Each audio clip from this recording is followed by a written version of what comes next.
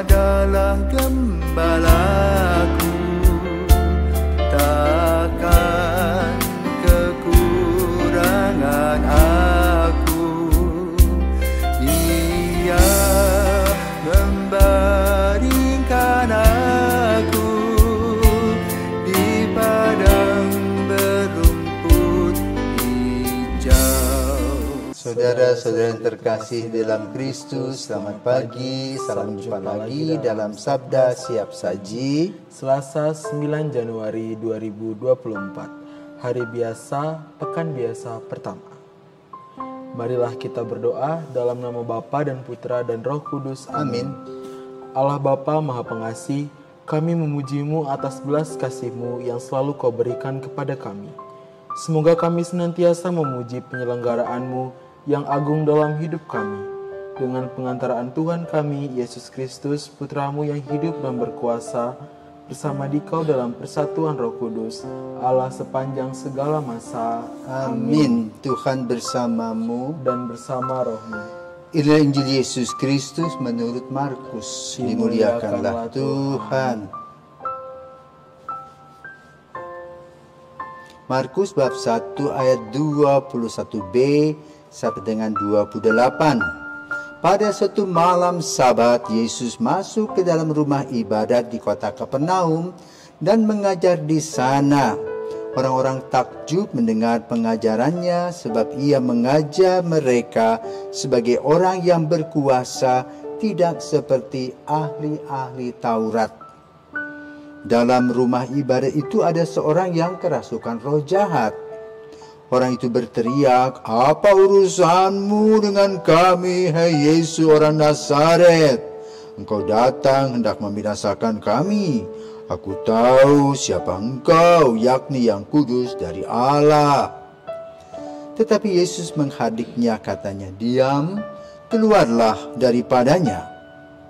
Roh jahat itu mengguncang-guncang orang itu dan sambil menjerit dengan suara nyaring, ia keluar daripadanya. Mereka semua takjub sehingga mereka memperbincangkannya, katanya, "Apa ini? Suatu ajaran baru. Guru ini berkata-kata dengan kuasa. Roh-roh jahat pun ia perintah dan mereka taat kepadanya."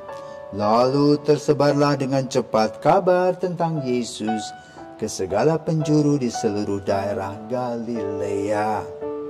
Demikianlah sabda Tuhan. Terpujilah Kristus. Terima kasih Romo. Selamat pagi Romo. Selamat pagi Leon. Nah, pada hari ini kan Yesus mengusir setan nih Romo. Nah, saya mau bertanya, apakah dalam dunia kita nih yang modern saat ini Romo, apakah setan itu masih ada nggak sih Romo? Bagaimana nih menurut pandangan Romo?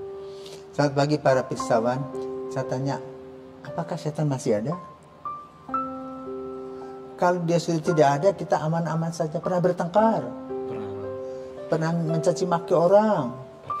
Nah, itu hal-hal buruk. Itulah yang setani sifatnya. Ya. Nah, sekarang kita melihat sejarah. Kita lihat secara teologis ya. Refleksi manusia, terutama refleksi orang-orang Yahudi ya. Mereka mendapatkan refleksi yang luar biasa dan menuliskannya ya, dalam apa yang disebut dengan hukum Taurat.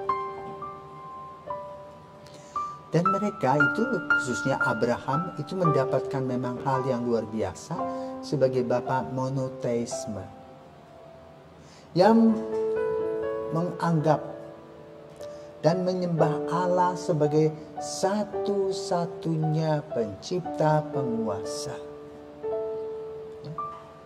Dan Abraham melihat dari contoh-contoh bersama, kehidupan bersama, di mana orang menyembah pohon, batu-batuan dan sebagainya. Itu hanya kecil, tetapi Yahweh itu yang besar. Dan Yahweh tidak tidur.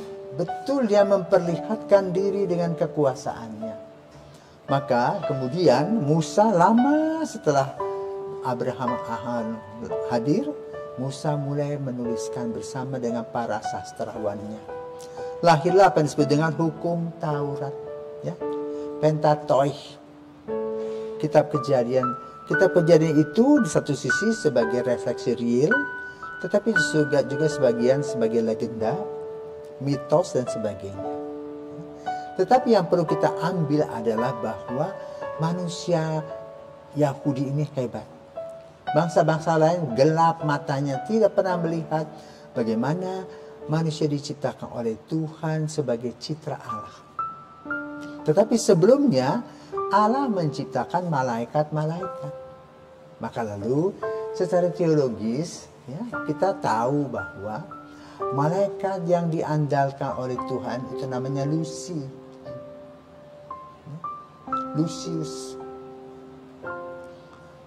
Lalu menentang Allah. Lucius itu menjadi Lucifer. Cahaya yang memercikan api kejahatan tadi itu. Dan itu boleh katakan masuk dalam dunia penciptaan Allah.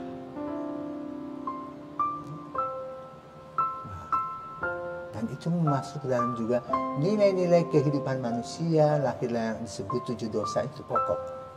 Sombong, iri hati, dengki, serakah, greedy, kemudian tidak pernah merasa puas, selalu ingin menguasai orang, protek, ingin sekali melukai hati orang. Nah itu dosa. Maka lalu dikaitkan dosa itu berkaitan dengan iblis dan rajanya bernama Lucifer. Dan sampai hari ini dia berkuasa. Kenapa? Dia menentang Allah. Dan dia mencari bala tentara. Karena itu digambarkan Tuhan juga membuat bala tentara. Malaikat-malaikat lain. Lah kok Tuhan yang disebut Maha Kuasa itu kok tidak menghancurkan saja kegelapan itu. Tapi Tuhan membiarkan kita. Kenapa? Konsepnya manusia yang diciptakan oleh Tuhan itu diberikan kebebasan. Maka ketika orang meregang nyawa pun juga Tuhan bertanya, "Nak mau pulang? Ayo ku jemput." Belum. Kalau sudah siap, maka pergilah selama-lamanya. Makanya disebut dengan Peres in peace. Ya, jadi boleh katakan setan itu ada, Pak. Waspada dengan diri kita sendiri. Karena apa? Setan bisa menyelinap di dalam pikiran kita, di dalam hati kita. Sehingga kadang-kadang setan membuat kita tidak seimbang seperti yang diuraikan Injil pada hari ini.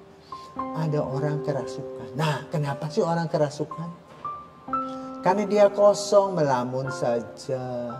Ya, maka orang tidak boleh ngelamun. Nanti dimasuki. Karena apa? Bala tentara kegelapan alias iblis setan itu, dia mencari bala tentara, mangsa-mangsa yang baru. Tetapi mangsa itu, orang-orang yang kerasukan setan itu, bisa disembuhkan dengan mengatakan apa? Dalam nama Yesus. Itu kuncinya. Apalagi berhadapan dengan Yesus.